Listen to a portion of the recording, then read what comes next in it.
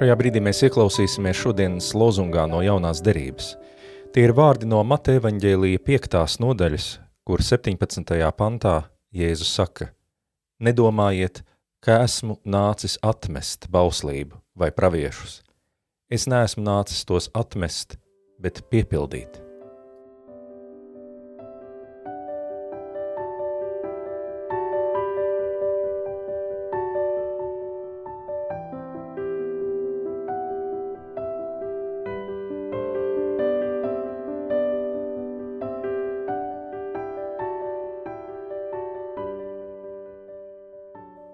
Visvarenais un mūžīgais Dievs, mūsu mīļais debesu Tēvs, mēs pateicamies, ka šajā vakarā atkal esam kopā ar Tevi un viens ar otru.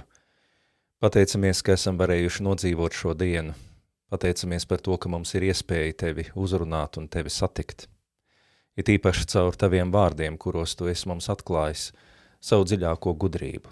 Tu, kas esi radījis šo pasauli un katru no mums, vislabāk zini, kas šajā pasaulē der un neder, kas ved pie labiem augļiem un kas ved pie liela posta.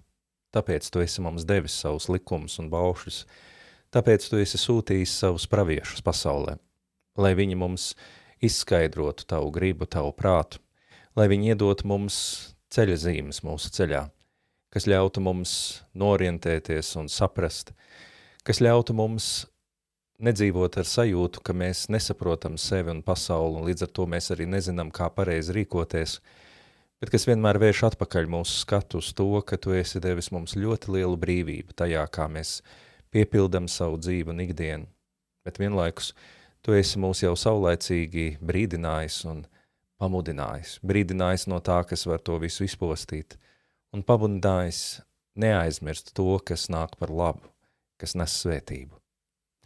Bet šovakar mēs pateicamies, ka ne tikai Tu esi devis mums šos vārdus, bet ka mēs esam varējuši Jēzus nākšanā, viņa dzīvē, viņa mācībā, bet pār visam viņa darbos, ieraudzīt to, kāds tad ir tas dzīvības ceļš, par kuru baušļi un Tavi pravieši runājuši.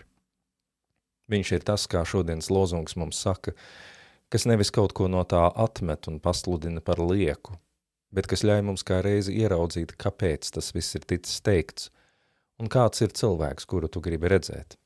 No vienas puses absolūti brīvs, spēcīgs, drosmīgs, no citas puses taisnīgs, no vēl citas puses tāds, kurš ir spējīgs savas intereses un savas rūpes nolikt malā, un pār visam tāds, kurā atspoguļojas Tava labvēlība un Tava mīlestība. Jēzu mēs ieraudzījām to, ko nozīmē piepildīt Tavu bauslību, ko nozīmē piepildīt to, par ko pravieši ir runājuši. Viņā ir tā Tavas gribas redzamā izpausme, kurā lūkojoties mēs netik daudz ar prātu, kā ar savu sirdi sākam sajust. Viņš ir tas, kas dod mums savu garu, Tavu garu, Kungs, un līdz ar to caur šo garu mēs pazīstam Tevi no iekšpuses.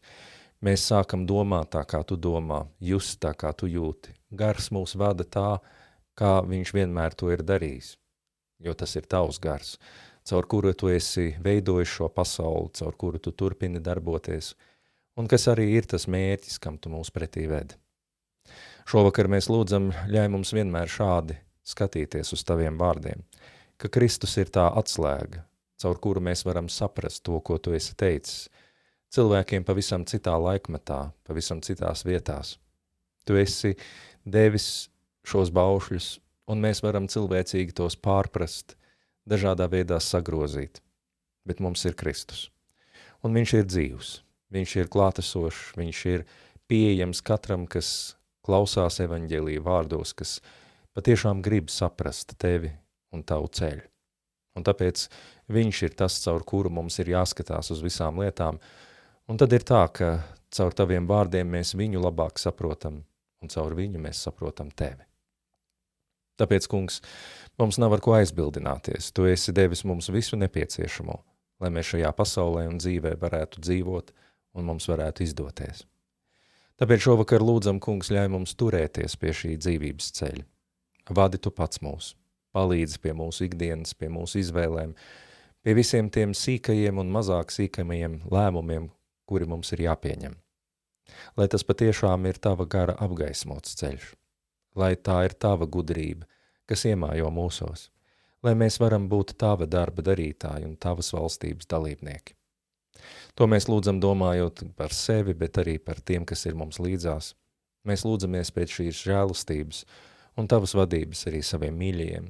To pašu lūdzam domājot par mūsu zemi un tautu, kurai arī ļoti vajadzīgs ne tikai bauslis, ne tikai morāls principi, bet šī dziļā izjūta un izpratne par to, ko nozīmē būt patiesam cilvēkam un ko nozīmē tavs ceļš.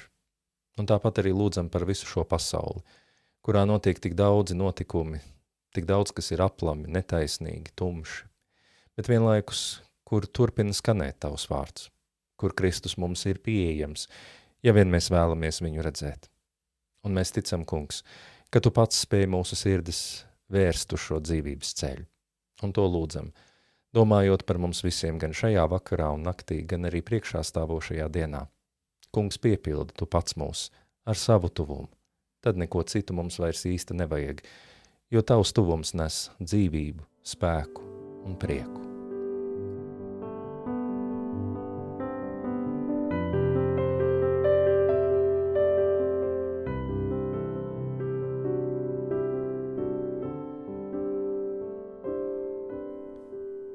Bet pār visām citām lietām mēs tevi arī šovakar lūdzam ar tiem vārdiem, kurus Kristus mūsos ir ielicis un turpina lūgt. Mūsu Tēvs debesīs, svētīts, lai top tavs vārds, lai nāk tava valstība, tavs prāts, lai notiek kā debesīs, tā arī virs zemes. Mūsu dienišķo maizi dod mums šodien, un piedod mums mūsu parādus, kā arī mēs piedodam saviem parādniekiem.